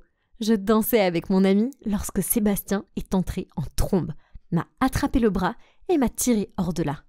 Tout le monde nous regardait. Ce qui n'a pas aidé car il portait son uniforme de policier. J'ai même entendu un homme crier « C'est toujours ceux qui ont l'air innocents !» N'est-ce pas ? C'était si embarrassant. À la maison, je suis restée assise à faire la tête pendant qu'il me prenait un verre d'eau. Quand il a essayé de me le passer, je me suis levée d'un bond et je lui ai crié « Tu es ridicule ! Et grâce à toi, tout le monde dans le bar pense que je suis une sorte de criminelle. Je n'ai pas besoin d'avoir un couvre-feu. » « Ce n'est pas comme ça, » a-t-il soupiré. Mais j'étais tellement énervée que je l'ai bousculé et j'ai claqué la porte de la chambre derrière moi. Je me suis endormie en pleurant. Je détestais me disputer avec lui. Je lui ai réservé un traitement silencieux pendant toute la journée du lendemain. Mais le soir, il est arrivé à la maison avec un paquet cadeau et s'est excusé de m'avoir rendue triste. C'était si gentil. Je l'ai serré dans mes bras et lui ai dit « Moi aussi, je suis désolée. » Puis, j'ai ouvert le paquet. C'était une très belle montre. J'ai remarqué qu'elle avait un bouton supplémentaire, mais je n'y ai pas prêté attention. Je l'ai regardée admirablement pendant qu'il la fixait à mon poignet. Comme mon petit ami était très attentionné, j'ai décidé de lui acheter quelque chose aussi. Le lendemain, après les cours, je suis allée au centre commercial. Soudain, Sébastien m'a appelée et m'a demandé où j'étais. Je voulais que le cadeau soit une surprise. Alors, je lui ai dit que j'étais à la maison. De travers, il a dit « Emma, ne me mens pas, je sais que tu es au centre commercial de High Bill. Rentre à la maison tout de suite. » Hein ? Comment il savait ça ? J'ai abandonné l'idée de trouver un cadeau et je suis rentrée à la maison. Quand il est revenu, je lui ai demandé comment il savait où j'étais et je l'ai vu jeter un bref coup d'œil à ma montre. Puis, il a admis qu'il l'avait équipée d'un GPS, mais que c'était seulement pour pouvoir me protéger. Quoi ? Je n'étais plus un enfant. Comment pouvait-il l'utiliser pour me suivre ? Nous avons eu une grosse dispute et je lui ai dit qu'il contrôlait tout et qu'il était fou et qu'il devait arrêter de me traiter comme une petite fille. Puis, je me suis enfermée dans ma chambre. Le lendemain, quand je me suis réveillée, Sébastien était parti au travail. J'étais tellement énervée que j'ai décidé d'aller faire un jogging pour me vider la tête. Évidemment, j'ai laissé la montre à la maison, ainsi que mon téléphone. À mon retour, j'étais sur le point de me diriger vers la douche lorsque j'ai entendu mon téléphone sonner. C'était Sébastien. Puis, j'ai remarqué que j'avais 50 appels manqués et une tonne de messages de sa part. Quoi ? Ça, c'était pas normal. Je n'étais partie qu'1 heure tout au plus. Quoi qu'il en soit, j'ai porté la montre, puis soudain, la porte s'est ouverte avec fracas et Sébastien est entré en trombe et il m'a crié dessus. « Tu vas bien ? T'étais où ? Pourquoi tu n'as pas répondu à mes appels ?» Ça craignait, parce que je l'aime, mais je savais que je ne pouvais plus vivre comme ça. Alors, je lui ai dit que j'avais besoin de liberté et je me suis dirigée vers la porte. Il avait l'air furieux. Il m'a attrapé la main, m'a tiré dans la chambre du haut et m'a enfermée à l'intérieur. J'ai tapé sur la porte, je l'ai supplié de me laisser sortir. « Emma, crois-moi, c'est pour ton bien. Tu n'es pas en sécurité dehors. » Puis, j'ai entendu ses pas s'éloigner et j'ai su qu'il était parti. Je me suis mise en boule et j'ai pleuré jusqu'à m'endormir. Quand je me suis réveillée, il commençait à faire sombre dehors. J'ai cherché quelque chose dans la chambre pour m'aider et j'ai trouvé une échelle de corde. C'est l'avantage de vivre avec un flic préparé. Je l'ai utilisée pour sortir par la fenêtre, mais dès que j'ai atteint le sol, 2 hommes sont apparus. Puis le monde est soudainement devenu noir. Quand j'ai ouvert les yeux, j'ai réalisé que j'étais dans une pièce sombre et humide et que j'avais été attachée. Les 2 hommes étaient assis près de la porte et parlaient entre eux. J'ai commencé à paniquer. J'avais vu assez de films pour savoir que c'était grave. L'un des hommes m'a regardé et j'ai rapidement fermé les yeux. Mais c'était trop tard. Il avait vu que j'étais réveillée. Alors, il s'est approché et a dit « Ah, bon retour parmi nous, mon cœur. » Paniqué, j'ai demandé « Qui êtes-vous ? Pourquoi moi ?» Il a ricané. « Ah oui, si seulement ton petit ami était là, on pourrait lui demander. » Puis il a décroché son téléphone et quelques secondes plus tard, j'ai entendu la voix de Sébastien sur l'autre ligne. « Bonjour, vous vous souvenez de moi ? Il semble que nous ayons quelque chose qui vous appartient. » J'ai entendu la peur dans la voix de Sébastien. « Laissez-la partir. La mort de votre femme, ce n'était pas sa faute. C'est ta faute si elle est morte. Maintenant, c'est ton tour de perdre la femme que tu aimes. Alors viens ici seul, si tu veux encore voir son visage, et ne pense même pas à appeler des renforts. » Il a raccroché le téléphone, puis m'a dévisagé avant de donner un coup de pied dans le tonneau vide à côté de moi. J'ai fait un bond en arrière, et il a ri. C'était terrifiant. Peu de temps après, ils ont traîné un homme battu dans la pièce. « Sébastien ! Oh non !» Sébastien a réussi à me regarder, à forcer un sourire et à bredouiller. « Ma fleur, ne t'inquiète pas, je suis là maintenant. » La bande a ri, puis il s'est arrêté devant Sébastien et a dit « Je pense que toi et moi, on a besoin d'une petite discussion. Appelons ça affaire d'homme. » Je sais que je devais trouver un moyen de l'aider. Mais quoi ? C'est alors que j'ai baissé les yeux sur ma montre. Elle avait déjà le GPS. Alors peut-être que le bouton supplémentaire faisait quelque chose ? J'ai lutté pour appuyer dessus, ce qui n'était pas facile avec des mains attachées. Croyez-moi, mais j'ai fini par y arriver. À ce moment-là, Sébastien était inconscient et j'ai commencé à sangloter. Je ne voulais pas le perdre, pas comme ça. L'homme a installé quelque chose à côté de lui. Oh non, c'était une bombe. Il a ricané. Il te reste 30 minutes pour dire au revoir à ton amoureux. Puis les hommes sont partis. J'ai appelé Sébastien en sanglotant pour lui dire combien je l'aimais. Je pensais sincèrement qu'on allait tous les deux mourir là, et regarder le compte à rebours vers notre perte, c'était le pire sentiment qui soit. Soudain, la porte s'est ouverte. Au début, j'ai pensé que ces hommes étaient de retour, mais Brad et son équipe se sont précipités, ont vu la bombe et nous ont rapidement sortis de là, Sébastien et moi. J'ai été poussée au sol juste avant qu'il y ait un gros boum, et la maison a explosé. Sur le chemin de l'hôpital, Chloé m'a tout expliqué. Il s'agissait d'une affaire criminelle délicate qui s'est déroulée l'année dernière. Sébastien avait enquêté sur un groupe de trafiquants de drogue, mais un accident s'était produit, et la femme du chef du gang est tombée accidentellement du bâtiment et est morte. Ils ont arrêté la plupart des dealers, mais certains se sont enfuis, dont le chef de gang. Puis, récemment, Sébastien avait reçu d'eux des images de moi en dehors de l'université et de notre maison, et il a pris ça comme une menace pour ma sécurité. Eh bien, ça a expliqué tout le contrôle et le comportement bizarre de Sébastien. Je me suis sentie si mal d'avoir mal jugé Sébastien. C'était l'homme le plus doux, le plus courageux, et je l'aimais tellement. Je suis restée à ses côtés pendant qu'il se rétablissait à l'hôpital. Et un jour, il a finalement ouvert les yeux, m'a regardé et a murmuré. « Voilà ma petite fleur. » Je l'ai serré dans mes bras. Doucement, bien sûr. C'était un tel soulagement de savoir qu'il allait s'en sortir. Le gang est toujours en liberté, quelque part. Mais j'espère qu'ils vont bientôt les attraper. Je m'inquiète un peu, mais ça ne fait rien, car je sais que Sébastien est là pour me protéger. Après tout, c'est mon héros d'action dans la vie réelle, et je sais qu'avec lui à mes côtés, on peut tout surmonter.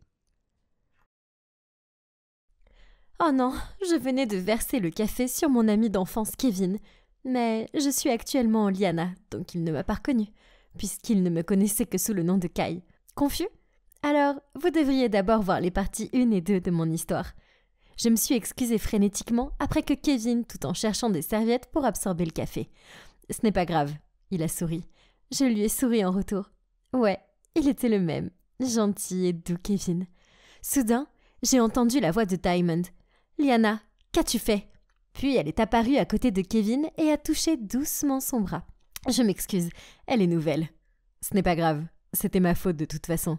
Je ne regardais pas où j'allais. Cela ne m'étonne pas de toi. Toujours à porter le chapeau. Elle lui a lancé un regard, les étoiles dans les yeux. Oh, donc, vous vous connaissez déjà tous les deux ? J'ai pensé tout haut. Oui, Kevin et moi sommes allés à l'université ensemble à Oz. Je l'ai présenté à papa pour ce projet, car je pense qu'il sera un atout pour. Maintenant, vas-y et fais de nouveaux cafés.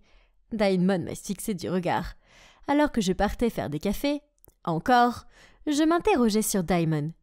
Aimait-elle Kevin ? Oh non, cette fille manipulatrice ne mérite pas un gars aussi gentil que lui. Plus tard dans la journée, nous avons eu une réunion où mon père a présenté Kevin comme le chef du projet. Kevin l'a ensuite remercié et a commencé à parler de ses visions pour ce projet. Et c'était tellement évident que toutes les filles dans la pièce ne pouvaient détacher leurs yeux de lui, y compris Diamond. Le lendemain, après le travail, j'ai suivi Kevin jusqu'au parking et j'ai crié son nom. Quand il s'est retourné et m'a vu, il a souri et j'ai instantanément ressenti une chaleur intérieure. « J'ai quelque chose pour toi, en guise d'excuse pour avoir abîmé ta chemise. » Je lui ai passé une nouvelle chemise. « J'espère que j'ai bien deviné ta taille. »« Merci, tu n'avais vraiment pas besoin de faire ça. » Il avait l'air flatté en la prenant. « Hey, tu as la bonne taille. » Impressionnant. Son commentaire m'a fait sourire. Vivre en tant que garçon pendant des années m'a au moins donné l'avantage de comprendre leur taille. Je lui ai dit au revoir et j'ai commencé à partir. Mais il a crié. « Attends, y a-t-il une chance que je puisse avoir votre numéro ?» Tu parles. Je rougissais tellement fort à ce moment-là. Après cela, nous avons commencé à nous envoyer des messages. Et chaque fois que mon téléphone affichait son nom, je me retrouvais à faire ce sourire en coin. Malheureusement, je ne pouvais pas rester éternellement dans ma bulle d'amour avec Kevin. Au lieu de ça, je devais passer mes journées à me faire commander par Diamond. Une fois, elle m'a donné de réviser un rapport que j'avais déjà refait 2 fois. Soudain, Kevin s'est approché, a pris le rapport et a dit « Oh, celui-là, tu as fait du bon travail, Iliana. Pas besoin de changer quoi que ce soit. » Diamond avait l'air furieuse d'être décrédibilisée et je ne pouvais pas cacher mon air satisfait. Après son départ, je l'ai remerciée de m'avoir aidée. « C'est bon. Hey, ne fais pas attention à Diamond. Elle a juste l'intention d'impressionner son père. Si elle te pose encore des problèmes, viens me voir, ok ?» Oh, quel gentil garçon il était. Mais un après-midi, je suis entrée dans la cuisine du bureau pour me préparer une boisson et j'ai vu Diamond et Kevin en train de discuter sérieusement. En me voyant, Diamond lui a dit « Je suis désolée, Kevin. Il fallait que tu saches la vérité. » Puis, elle m'a jeté un regard hautain en passant devant moi. Je me demande de quoi il s'agissait. J'allais lui demander, mais avant que je ne puisse le faire, il est parti sans même un regard dans ma direction. Ok, c'était bizarre, mais peut-être qu'il était juste occupé, n'est-ce pas ? Ce soir-là, j'ai envoyé un message à Kevin pour lui demander s'il voulait aller faire un jogging dans le parc.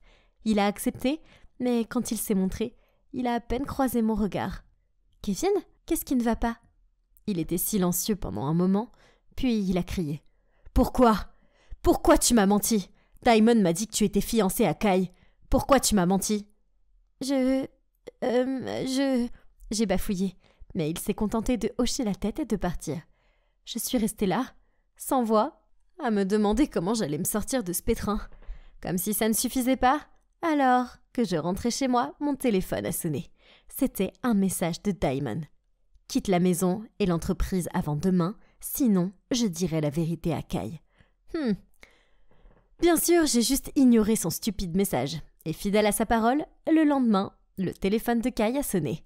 C'était Diamond qui me racontait comment Liana me trompait. C'était clair comme de l'eau de roche qu'elle n'allait pas laisser tomber. Quelques jours plus tard, mon père m'a demandé d'aller dîner avec lui, pour qu'il puisse mieux me connaître avant que j'épouse son fils. J'ai pensé que c'était gentil de sa part, alors j'ai accepté. En outre, c'était une excellente occasion de tâter le terrain, de voir s'il était prêt à accepter la vérité. Nous avons eu une petite conversation autour de l'apéritif. Puis, soudain, papa a posé sa fourchette et a demandé « Comment va Kai ?» C'est tellement dommage de l'admettre, mais nous nous sommes éloignés au fil des années. Et c'était entièrement ma faute. Je sais que je n'ai pas toujours été le meilleur père. Il s'est tu. « Kai va bien », ai-je répondu. Je suppose que c'était maintenant ou jamais de dire ce que je voulais. En fait, il est très heureux au Canada, et il a de grands rêves. Devenir architecte. Oh, je ne savais pas ça. Il a baissé la tête. Je pensais juste qu'il voudrait hériter de la compagnie un jour. Il n'a pas le cœur à ça. Il a tellement peur de te... de peur de te décevoir. Il était silencieux, et je craignais qu'il ne m'engueule. Mais il ne l'a pas fait. Il a plutôt poussé un sourire pensif. Puis a répondu. Très bien. Je respecte la décision de Kai. Et je le soutiendrai dans la voie qu'il choisira. C'était totalement inattendu de sa part. J'étais tellement bouleversée que j'ai quitté mon siège pour le serrer dans mes bras, et je lui ai dit que je transmettrais ces mots à Kai. Maintenant, je savais enfin combien papa aimait Kai, ce qui signifie qu'il m'aimait aussi, n'est-ce pas? J'avais juste besoin de trouver un bon moment pour lui dire la vérité. Le lendemain, en rentrant du travail, j'ai reçu un coup de fil affolé de maman. Il s'avère que Diamond avait dit à toute la famille que j'avais trompé Kai. Alors que j'essayais de comprendre ce que je devais faire, papa a envoyé un message à mon téléphone Liana et a exigé que je rentre à la maison immédiatement. Sur le chemin du retour, j'ai réfléchi à ce que j'allais lui dire. Bon sang, c'était terrifiant. Si ça se passait mal, maman et moi pourrons être reniés. J'ai frappé à son bureau et, d'un ton sérieux, il a dit « Entrez ». Puis en me voyant, il a continué. « Liana, Diamond semble catégorique. Tu es en contact avec Kevin dans le dos de mon fils. S'il te plaît, explique-toi. » J'ai pris une profonde inspiration, puis j'ai lâché. Le fait est que je ne trompe pas Kai parce que je suis Kai. Puis, avec la voix de Kai, j'ai continué en enlevant lentement ma perruque. En fait, je n'ai jamais été un garçon. Je suis plutôt une fille. Mais maman ne voulait pas que je perde face à Diamond, alors elle m'a fait prétendre être un garçon. Il était tellement choqué qu'il s'est penché en arrière sur sa chaise et a failli tomber en arrière. Je lui ai expliqué pourquoi maman et moi avons fait ce que nous avons fait. C'était un tel soulagement d'avoir enfin ce poids en moi sur les épaules. Je savais que papa avait besoin de temps pour digérer cette avalanche d'informations. Alors, j'ai remis ma perruque et je suis allée chercher maman. Elle faisait les 100 pas dans sa chambre, anxieuse. Je t'avais dit d'être très prudente avec Diamond. Maintenant, comment pouvons-nous continuer notre plan? Je l'ai réconfortée. Mais je ne lui ai pas dit que j'avais dit la vérité à papa, car cela l'aurait rendue encore plus anxieuse. Les jours suivants, papa a continué à agir normalement, comme si rien ne s'était passé. Et quand je suis entrée dans la salle à manger pour le dîner, j'ai vu le visage de Diamond se décomposer. Elle pensait clairement que papa m'aurait déjà jeté dehors. Elle a tapé du poing sur la table et a crié à papa. « Pourquoi elle est encore là ?» L'ignorant, il a demandé à grand-père de lui passer la sauce. Cela n'a fait que mettre Diamond encore plus en colère, et elle m'a montré du doigt en criant. « Elle a trompé Kai, vire-la de cette maison !» J'ai posé mes couverts, je me suis levée calmement, et j'ai dit d'une voix assurée. « En fait, je suis Kai. » Ah! Ça valait la peine de le faire juste pour voir la réaction de tout le monde. Ma mère est devenue blanche, Diamond était abasourdi, tandis que mes grands-parents se sont accrochés à la table en état de choc.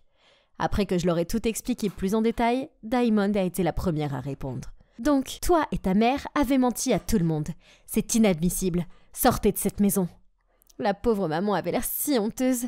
Elle ne pouvait pas croiser le regard de papa en marmonnant « N'en veux pas, Liana, ce n'était qu'une enfant. C'est ma faute. » Puis, elle a tiré mon bras et a chuchoté qu'on devait partir. Diamond a ricané. « Ha! C'est menteur. Vous le méritez. Voulez-vous s'il vous plaît être tranquille, sinon je vous conseille de simplement partir. » Papa a jeté un regard sévère à Daimon, ce qui l'a choquée, et elle s'est rassise en silence. J'ai fait beaucoup d'erreurs au cours des années, et à cause d'elles, j'ai beaucoup de regrets. J'ai été égoïste et peu aimable. Il a regardé maman. Cela m'a fait mal de savoir que tu as eu l'impression que je ne t'ai pas laissé d'autre choix que de me mentir. Je t'aime, mais je sais que la façon dont je t'ai traité était cruelle. J'étais tellement désespérée d'avoir un enfant que j'ai cherché du réconfort auprès de quelqu'un d'autre. Je sais que je n'étais pas là pour toi. Et Kai, Liana, quand vous avez besoin de moi. Maintenant, si tu le permets, je veux me racheter. Daimon a sauté sur ses pieds si vite que toute la table a vacillé. Elle a crié « C'est absurde !» Et puis, elle est partie en trombe. Alors, c'est sûr que c'était mouvementé. Mais finalement, tout le monde savait la vérité. Ce qui signifie que maman et moi n'avions plus à mentir. Et le mieux, c'est que je n'ai plus jamais eu à faire semblant d'être Kai. La semaine suivante, je me promenais dans la maison quand j'ai vu Daimon dans sa chambre, en train de faire ses bagages. Je suis entrée et elle a dit « Je vais disparaître en un clin d'œil. Ne t'inquiète pas, je pars pour Miami. » Je me suis agenouillée à côté d'elle. « Je ne veux pas que tu partes. Après tout, nous sommes sœurs. » Elle m'a donné ce regard écarquillé. « Mais, j'ai été horrible avec toi. Tu as dû en baver, être obligée de vivre comme un garçon. » Ouais, c'était dur parfois, mais c'est bon. Je peux être moi maintenant. J'ai souri. Je sais que j'ai été méchante. Je suis désolée. Je suppose que j'ai toujours eu l'impression d'être une intruse. Je sais que ma mère veut que je revendique ce qui me revient de droit, et je me suis sentie sous pression parce que je ne suis pas de taille pour Kai. Ne t'inquiète pas pour ça. On a tous fait des choses qu'on regrette. De plus, Kai est parti, donc tu peux juste être toi-même. Tu es une excellente femme d'affaires, même si tu devrais peut-être baisser d'un cran ton côté autoritaire. Ai-je gloussé? Viens, Serette, on va tout déballer. Quand on a fini, je l'ai prise dans mes bras et j'ai dit « Oh, pour Kevin, je pense qu'on devrait se battre pour gagner son cœur. » Elle a rougi. « Oh non, c'est bon. Je l'appréciais, mais il me voit juste comme une amie. De plus, tout le monde dans l'entreprise sait que c'est toi qui l'aimes bien. Je me sentais si bien maintenant que nous avions réglé cela. Maintenant, je devais juste régler les choses avec Kevin aussi. Et j'ai eu l'idée parfaite. Je lui ai envoyé un message pour lui dire de me retrouver dans les bois près de son ancienne école. Puis, je suis allée attendre près de l'arbre dans lequel nous avions construit une tanière. Il s'est approché de moi, un air confus sur le visage. « Liana, comment as-tu su pour cet endroit ?» Il s'est assis à côté de moi et j'ai dit « Je venais ici avec mon meilleur ami quand j'étais petite. C'était un garçon si gentil. Il ne m'a jamais jugé, ni remis en question. Ça m'a toujours fait mal de ne pas avoir pu lui dire au revoir. » Je pouvais voir l'esprit de Kevin tourner au ralenti. C'est alors que j'ai enlevé ma perruque, essuyé mon maquillage, puis je lui ai passé la moitié d'une barre chocolatée. Je lui ai dit « Ça a été long de venir, mais je te dois ça. » Il m'a regardé bouche bée. « Tu es Kai et Liana ?» J'ai dit « Ouais, c'est moi. Je suis les deux. C'est pour ça que je me suis toujours sentie familière avec toi. C'est incroyable, continua-t-il. Waouh !» Il m'a regardé à travers ses yeux larmoyants. Juste waouh, c'est fou. J'étais si bouleversée quand tu es partie et maintenant, tu es là. Lorsqu'il a surmonté le choc initial, je lui ai raconté ma vie et pourquoi j'avais fait semblant d'être un garçon.